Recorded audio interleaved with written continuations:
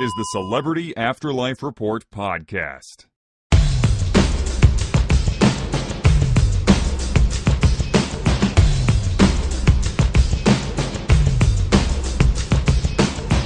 Hola, amigos, and welcome to another edition of the Celebrity Afterlife Report, the only show on the internet that brings you the up-to-the-minute gossip about all your favorite deceased celebs.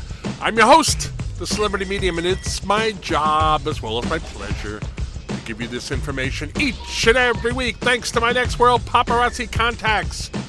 And with your kind permission, I think it's time for this ship to set sail.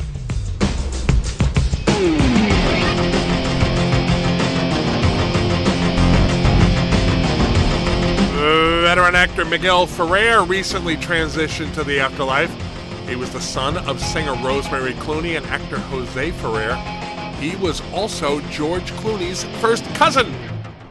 He appeared on the original Twin Peaks TV show in the movie RoboCop. Oh man, he was so obnoxious in that. I loved him. And for 7 seasons on NCIS Los Angeles, among his many showbiz credits. My contacts tell me that there was a very nice crowd on hand to greet him upon his arrival in his new existence. I'm also told that self-appointed greeter to the stars James Brown stumbled several times over Miguel's name as he made a short speech welcoming Ferrer to the next world. Miguel took it in good humor and said he was honored to meet James and to see so many people at his arrival ceremony. After the ceremony was over, his father and mother came out of the crowd and up onto the arrival platform and warmly hugged and kissed their son to the delight of the assembled masses. The next day, the Afterlife press reported that Miguel had already been offered his choice of several parts in movies and on TV shows. As of now, I don't have details on what those movies and shows are, but I'm working on finding out so I can tell you in an upcoming edition of the report.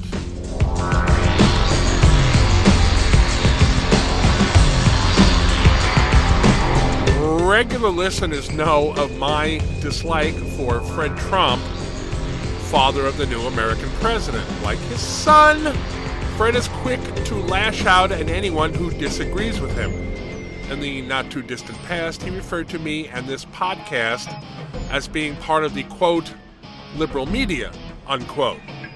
So, I'm just going to tell you up front, it's difficult for me to put my feelings about him aside, but I'm going to try to be as objective in covering him in the future as I can be, since it's becoming obvious he's going to be a recurring topic for some time. All right, moving on.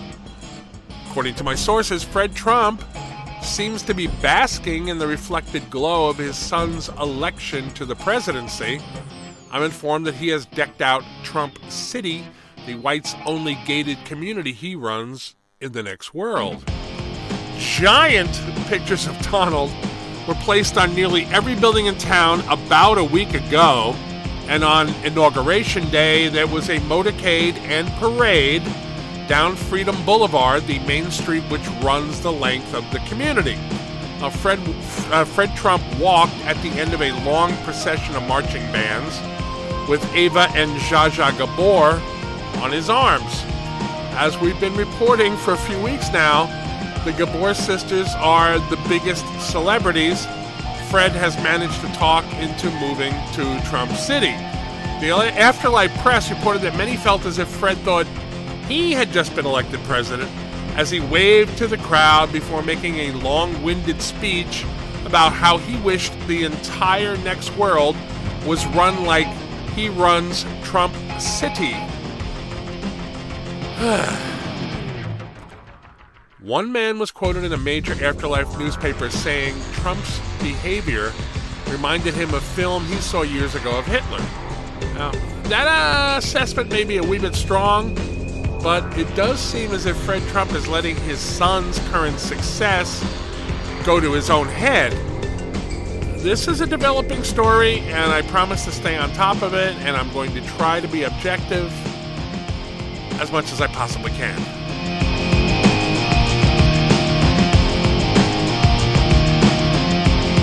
All right, what do Pete Burns of Dead or Alive, Rob Pilatus of Milli Vanilli, Chrissy Amphlett of the Divinals, Kevin McMichael of the Cutting Crew, Doug Feger of the Knack, and Falco of Falco have in common? Well, they are all residents of the next world who were known for having one big hit. Now comes word via my Afterlife contacts that they have all banded together and formed a supergroup of sorts.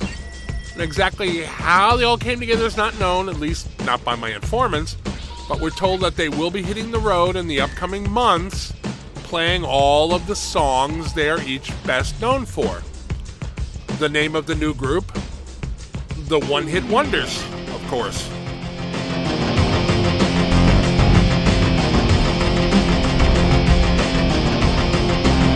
Lastly, we have some new information about the upcoming Afterlife sitcom, which will reunite Florence Henderson and Robert Reed as an on-screen couple. The show, which comes from Reed's original concept, which he approached Henderson with when she arrived at her new existence, revolves around a married couple in which the husband announces out of the blue that he is gay. Now, Reed, of course, actually is gay. We've known for a few weeks now that former Hollywood Squares Center Square resident Paul Lynde is also set to have a part in the show. What we now know is that Lynde will be playing Reed's homophobic boss. Now that's a little bit of joke casting since Lynde is also gay in real life. The show's plot is something of a reverse on Three's Company, with Reed's character having to pretend he's straight to keep from losing his job. Now, one of my informants attended a test taping of a pilot episode of the show the other day, and he tells me that while a few of the jokes fell flat with the audience, which is not unusual when you're just trying out a show initially, they always get rewritten before they make it on the air. Anyway, he says overall the show is better than he expected it to be, and he credits that to some clever writing, which makes it clear the show is intended to be taken as tongue-in-cheek, as well as the experienced actors in the cast. Now, no name has been chosen for the show as yet, and there is no air date for it set.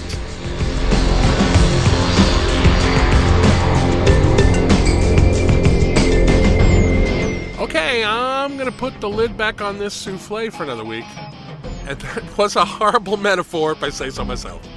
I'll be back next week with another installment of fresh gossip about all your favorite deceased celebs.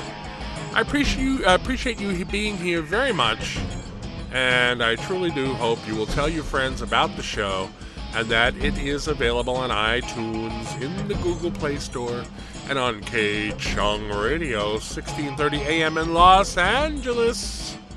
I'm the Celebrity Medium. Thanks for listening.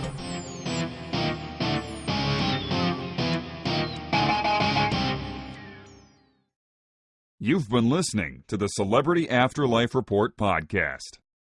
To ask a question about your favorite deceased celebrity, call 818-3-MY-DREAM. 818-3-MY-DREAM. 818-369-3732.